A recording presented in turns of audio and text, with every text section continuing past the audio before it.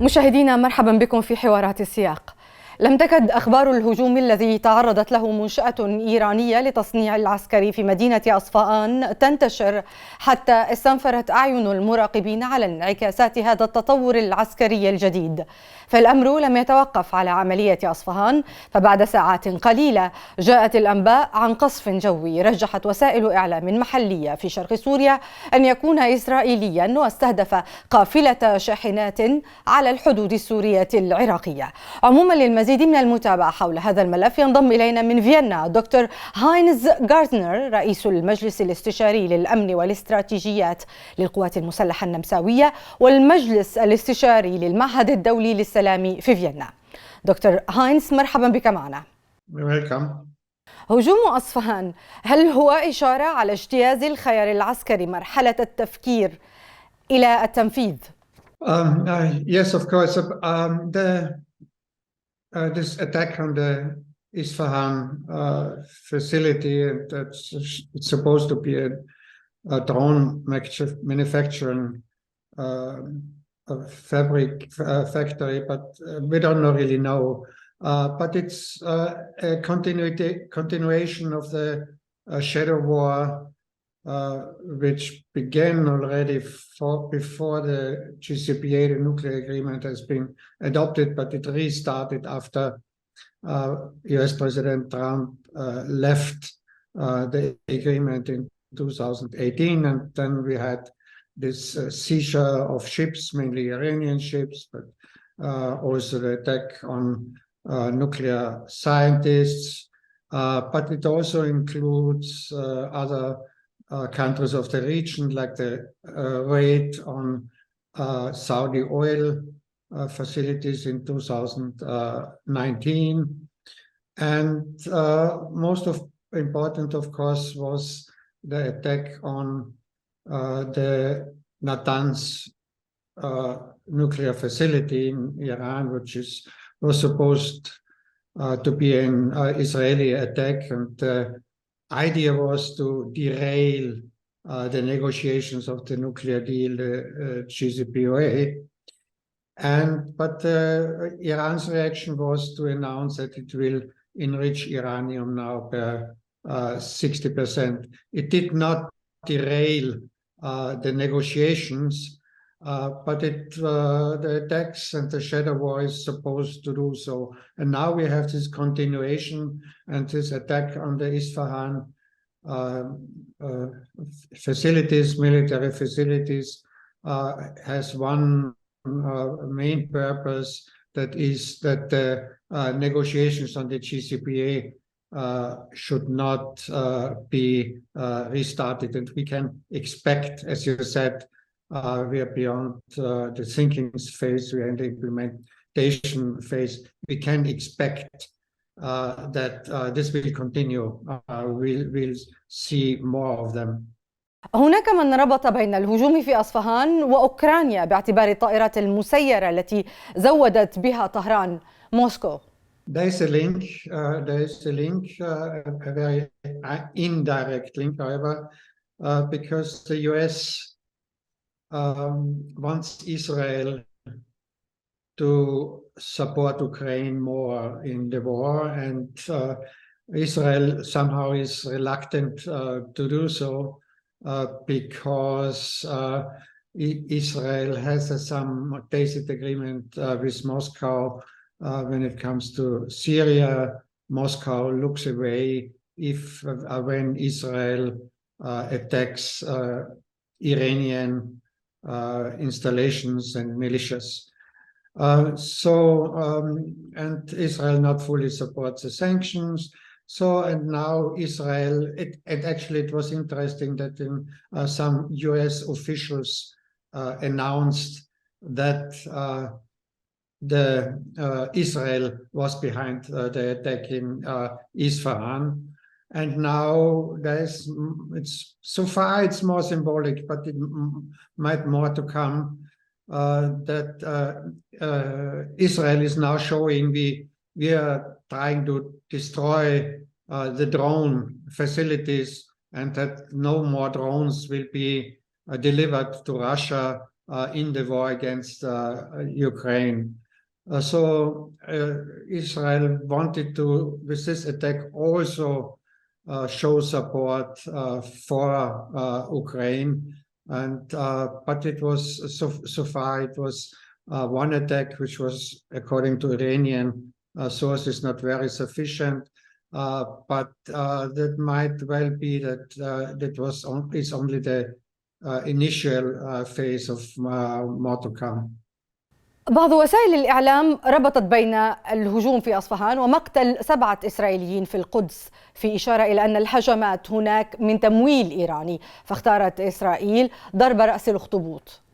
I don't have evidence who is behind what, but of course we have the Israeli idea that, of course, the head of the snake, of the octopus, has to be killed, and not only the arms. And we also will see all kinds of Iranian asymmetric responses. So Iran might not stay idle, and I don't know which. Actually, we couldn't really tell during the shadow war who seized what ship and who was behind that and that attack, because it's accompanied with all kinds of denials. But in principle, of course, Iran might respond asymmetrically, but in a specific case, I can't tell. كيف تقيم رد الفعل الإيراني حتى الآن، خصوصا بعد تلقي ضربة أخرى مؤلمة في سوريا؟ As I said, neighboring states might be involved as well, and but let me say that after 2015, when the nuclear deal has been concluded, we saw statistically a reduction of Iran's activities in the neighboring states. So it increased after 2018, 2019, again after the deal has been cancelled by President Trump. So the only response to avoid mitigate conflicts in the Iranian neighborhood is to come back to the nuclear deal somehow, because if there is no nuclear deal, of course, Iran will enhance its nuclear program, and Israel will cry foul and say we knew it all along, and Iran is involved in all kinds of activities in the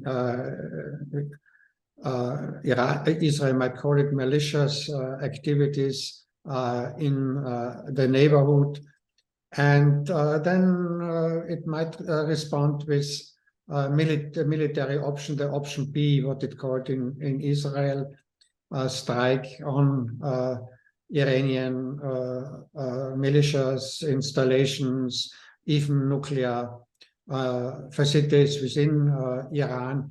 The new thing with this Asfahani attack was that it supposedly has been started within Iran and not outside Iran, for example, from the Azerbaijan region.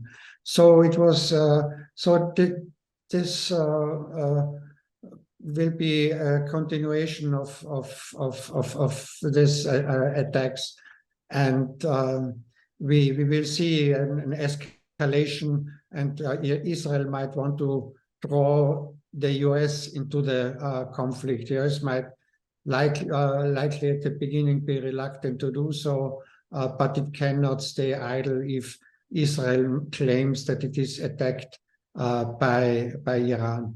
هل إسرائيل والولايات المتحدة على نفس التردد فيما يتعلق بالملف الإيراني؟